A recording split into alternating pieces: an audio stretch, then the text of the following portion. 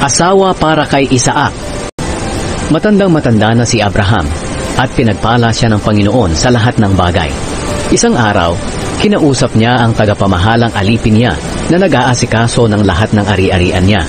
Ilagay mo ang kamay mo sa pagitan ng dalawang hita ko at sumumpa ka sa akin sa pangalan ng Panginoon, ang Diyos ng kalangitan at ng lupa, na hindi ka pipili ng taga rito sa Kanaan na kasama nating naninirahan dito para mapangasawa ng anak kong si Isaac. Pumunta ka sa lugar na pinanggalingan ko at doon ka pumili ng babaeng mapapangasawa ng anak kong si Isaac na mula sa mga kamag-anak ko. Pero nagtanong ang alipin, paano po kung ayaw sumama ng babae sa lugar na ito? Dadalhin ko na lang po ba si Isaac doon? Sumagot si Abraham, huwag mong dalhin si Isaac doon. Dinala ako rito ng Panginoon, ang Diyos ng kalangitan, mula sa sambahayan ng aking ama, sa lugar kung saan ako isinilang.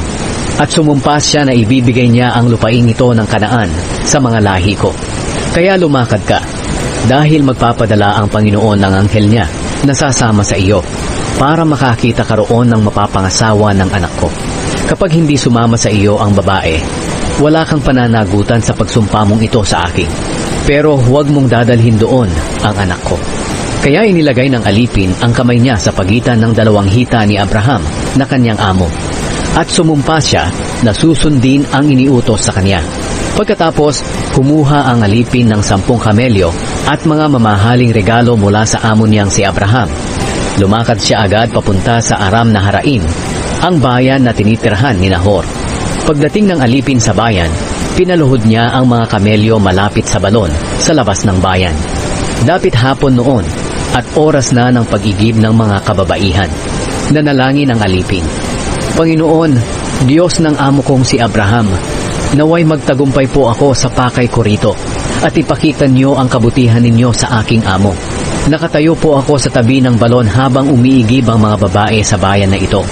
Kung hihingi po ako ng tubig na nasa banga ng isang dalaga at pumayag siyang painumin ako pati ang mga kamelyo ko, naway siya na po ang babaeng pinili ninyong maging asawa ng lingkod ninyong si Isaac. Sa ganito ko po malalaman ang pagpapakita niyo ng inyong kabutihan sa amo kong si Abraham. Hindi pa siya natatapos sa pananalangin, dumating si Rebeka na may pasan-pasan na banga sa balikat niya. Si Rebeka ay anak ni Betuel na anak ni Nahor at Milka. Si Nahor ay kapatid ni Abraham. Magandang dalaga si Rebeka at birhen pa. Bumaba siya papunta sa balon at nilagyan niya ng tubig ang kanyang banga. Pagkatapos, umakyat siya para umuwi. Nagmamadali ang alipin sa pagsalubong sa kanya at sinabi, pwede mo ba akong painumin sa banga mo kahit kaunti lang? Sumagot si Rebeka, sige Ginoo, uminom ka. Mula sa balikat niya, ibinaba niya agad ang banga at hinawakan ito habang umiinom ang alipin. Pagkatapos niyang painumin ang alipin, sinabi niya, iigib naman ako para sa mga kamelyo mo hanggang sa makainom silang lahat. Dali-dali niyang ibinuhos ang tubig sa inuman ng mga hayop at bumalik siya sa balon para muling umigib. At patuloy siya sa pag-igib hanggang sa makainom ang lahat ng kamelyo. Habang nakamasid ang alipin kay Rebeka, iniisip niya kung iyon na ang sagot ng Panginoon sa panalangin niya sa pagpunta niya sa lugar na iyon. Pagkatapos uminom ng mga kamelyo, inilabas ng alipin ang dala niyang gintong singsing na ang bigat ay 6 na gramo. Inilabas din niya ang 2 pulseras na ginto na ang bigat ay mga 120 gramo. At ibinigay niya ito kay Rebeka. Pagkatapos nagtanong siya kay Rebeka, kanino kang anak? May lugar pa ba sa inyo na maaari naming matulugan ngayong gabi? Sumagot si Rebeka, anak ako ni Betuel na anak na lalaki ni Nahor at Milka. May matutulugan kayo roon sa amin, at marami ring dayami at pagkain para sa mga kamelyo ninyo. Yumukod agad ang alipin, at sumamba sa Diyos. Sinabi niya, purihin ang Panginoon, ang Diyos ng aking amo na si Abraham. Ipinakita niya ang kanyang kabutihan sa aking amo. Ako mismo ay ginabayan niya sa pagpunta ko sa mga kamag-anak ng aking amo. Patakbong umuwi si Rebeka sa bahay ng kanyang ina, at sinabi niya sa kanila ang lahat ng nangyari. Ang kapatid niyang si Laban ay naroon din na nakikinig sa sinasabi niya tungkol sa binanggit ng tao sa kanya. Nakita ni Laban ang singsing at pulseras na suot-suot ni Rebeka. Kaya tumakbo siya papunta sa balon at pumunta sa taong sinasabi ni Rebeka. Naroon pa rin ang lalaki na nakatayo malapit sa balon, sa tabi ng mga kamelyo. Sinabi ni Laban sa kanya, "Ikaw pala ang taong pinagpala ng Panginoon. Bakit pa kayo nakatayo lang diyan? Halika sa bahay, dahil inihanda ko na ang silid para sa iyo at ang lugar para sa mga kamelyo mo." Sumama ang alipin kay Laban. Pagdating nila sa bahay, ibinaba ni Laban ang mga karga ng mga kamelyo at binigyan niya agad ang mga kamelyo ng dayami at pagkain. Dinalhan din niya ng tubig ang alipin at ang mga kasama nito para makapaghugas sila ng paa. Nang mabigyan na sila ng pagkain, sinabi ng alipin, "Hindi ako kakain hanggat hindi ko pa nasasabi ang pakay ko sa pagpunta ko rito." Sumagot si Laban, "Sige, sabihin mo sa amin." Sinabi niya, "Alipin ako ni Abraham. Pinagpala ng Panginoon ang aking amo at napakayaman na niya ngayon. Binigyan siya ng Panginoon ng maraming tupa, kambing, baka, kamelyo, asno, pilak, ginto, at mga aliping lalaki at babae. Kahit matanda na ang asawa niyang si Sarah, nagkaanak pa rin siya. At ang anak nilang lalaki ang siyang magmamana ng lahat ng ari-arian niya. Pinasumpa ako ng aking amo para tuparin ko ang kanyang utos. Sinabi niya, huwag kang pipili ng mapapangasawa ng anak ko rito sa mga taga-Kanaan, na ang lupain ay ang tinitirhan natin ngayon. Pumunta ka sa tahanan ng aking ama, at doon ka pumili ng mapapangasawa ng anak ko mula sa aking mga kamag-anak. Pero nagtanong ako, paano po kung hindi sumama ang babae sa akin? Sumagot siya, ang Panginoon na sinusunod ko ay magpapadala ng anghel niya para samahan ka na mamagitan sa anak ko.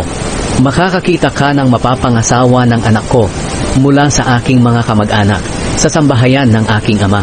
Kung doon ka pupunta sa mga kamag-anak ko, hindi darating sa iyo ang kasamaang sinasabi ko na mangyayari kung hindi mo tutuparin ang ating sumpaan kahit hindi nila pasamahin ang babae sa iyo. Kaya pagdating ko kanina sa balon, nanalangin ako. Sinabi ko, Panginoon, Diyos ng aking amo na si Abraham, naway magtagumpay po ako sa pakay ko rito at ipakita niyo po ang inyong kabutihan sa aking amo. Ngayon po nakatayo ako rito sa tabi ng balon.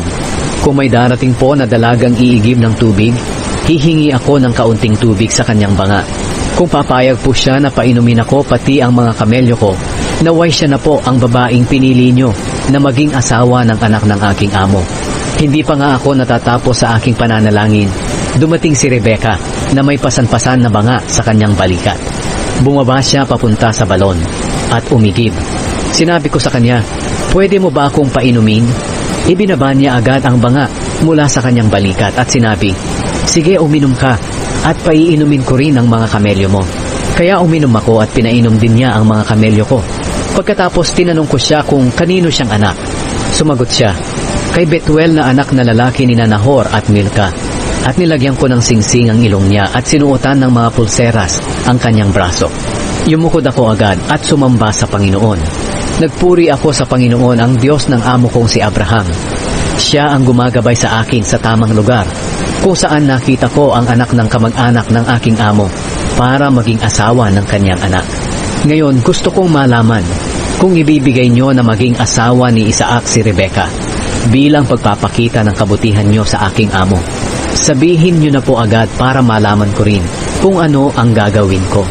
Sumagot sina Laban at Betuel, dahil ito ay kalooban ng Panginoon, wala na kaming masasabi.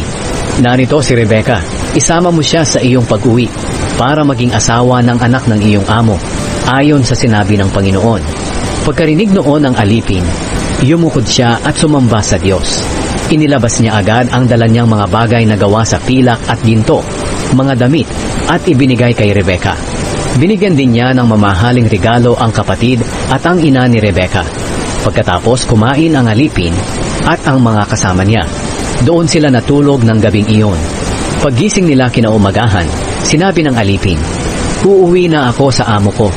Pero sumagot ang kapatid at ang ina ni Rebecca, panatilihin niyo muna rito si Rebecca sa amin kahit 10 araw. Pagkatapos ay makakaalis na kayo. Pero sinabi ng alipin, huwag niyo naman akong pagtagalin dito.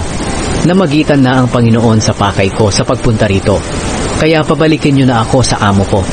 Sumagot sila, tawagin muna natin si Rebecca at tanungin kung ano ang pasya niya. Kaya tinawag nila si Rebecca at tinanong, gusto mo bang sumama sa kanya ngayon? Sumagot si Rebecca, "Oo, sasama ako." Kaya ipinasama nila si Rebecca pati ang tagapag-alaga niya sa alipin ni Abraham at sa mga kasama nito.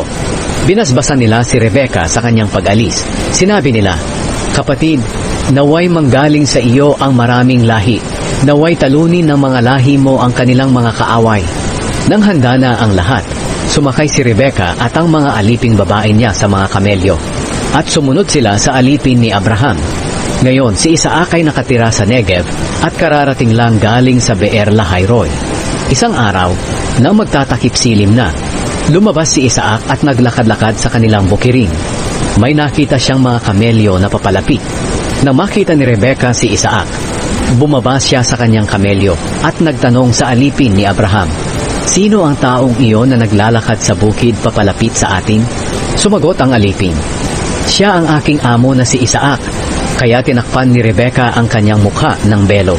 Sinabi ng alipin kay Isaac ang lahat ng ginawa niya.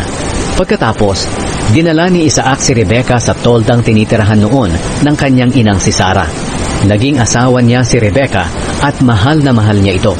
Kaya naibsan ang kalungkutan ni Isaac na dulot ng pagkamatay ng kanyang ina.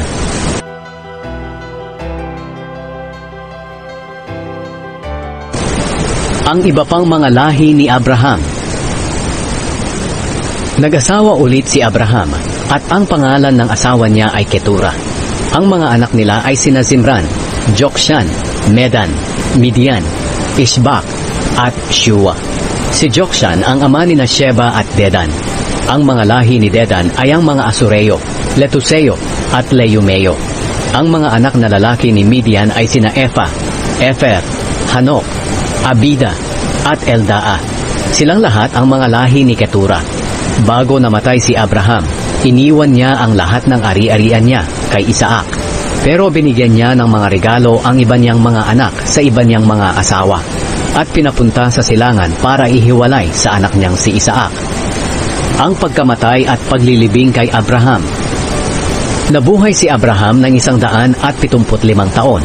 Namatay siya sa katandaan na kontento sa buhay at kasama na ng kanyang mga kamag-anak na sumakabilang buhay na.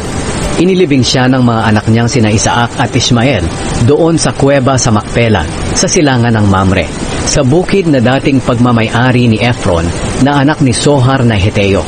Ang bukid na iyon ay binili ni Abraham sa harapan ng mga Heteo. Doon inilibing si Abraham at ang asawa niyang si Sarah.